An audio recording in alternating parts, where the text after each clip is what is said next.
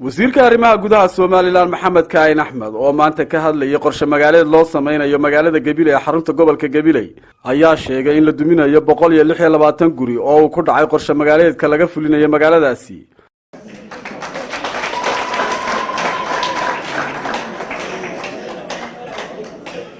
ميكو الله سعنوت كقال سيه واحد ندونينا مقالة ندونينا قبيلة مقالة نقربنا دول كان البيرات كا نقالوه كصبحه أي مقالة ذا نكون هلا مقالين كإمك مشاكلات كإن هي واحد كم ده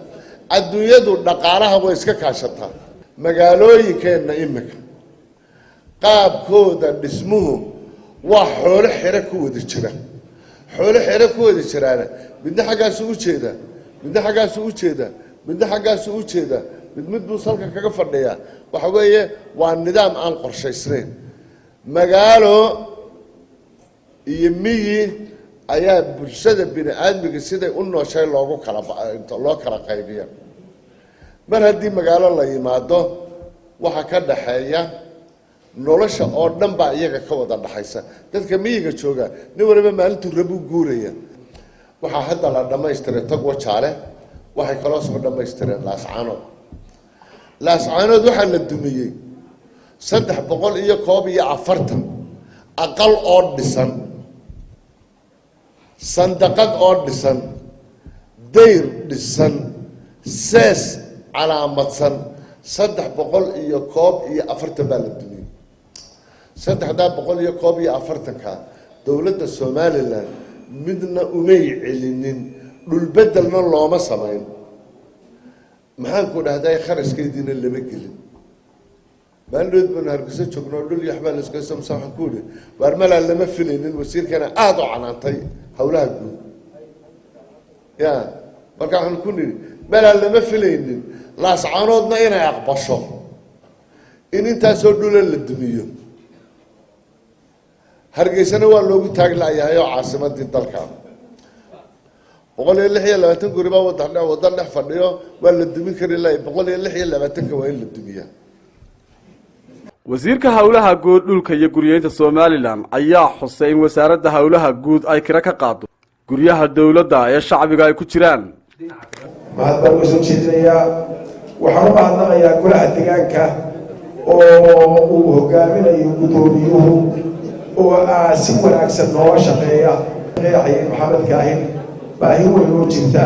ay sidii Cabdiwali oo gobolka nagala shaqeeyay Cabdiwali oo markasta aan hawl gobolka qabanna soo raaca ay qeexayeen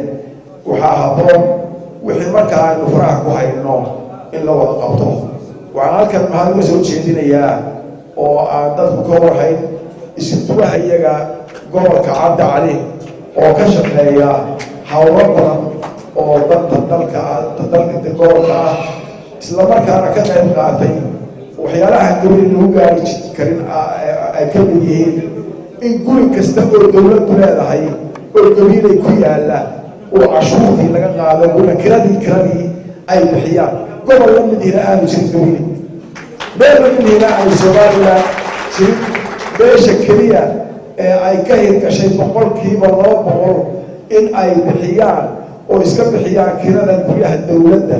oo wax umada u dhaxeeya oo aan qof lahayn in go'aan lagu gaaray reer Gabiley inay bixiyaan kiradii guryaha oo ay si joogto ah u bixiyaan waxaase halkan jira maanta in dhammaan hawsha aanu qabanayno ay bixinayso Gabiley meel ay ka dhacdayna aan jirin imikana meel kale aan ka filayn in ay bixin doonto waa soo jeedaya marka ugu horeysa injineerada wasaaradda hawlaha guud oo injineer khibrad la waxaan farayaa sida ugu dhaqsaha badan hawshu bilaabaan sidii agreementka iyo brandku ahaana ay u fuliyaan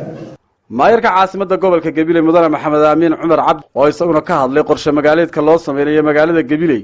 ayaa soo dhaweeyay qorshahani ay wasaaradda hawlaha guud u soo bandhigtay qorshe magaaleedka loo sameeyo Gabiley deena dawlad hoose ahaan waxaanu qorsheynay in anagoo kaashano wasaaradda hawlaha guud dhulka iyo guriyeynta qaybta fulinta ay wax weey dawladda hoose Gabiley sameeyso si aynu mustaqbalka runtii magaaladeenna aynu u sii hagaajinay insha allahu tacaala soo koobi kari mayno baahidaynu u qabno inaynu magaalooyinkeenna qorshayno oo waa ka wada warqabtaan waddooyinka dhulkii gaarka ahaa dhulkii danta guuda maanta dee xaaladda ay magaalooyinkeennu ay ku sugan yihiin khaasatan magaaladeenna Gabiley oo tusaale ahaan aynu soo qaadano Mukhtaar Nuux Ibraahim Ariel TV gobolka Gabiley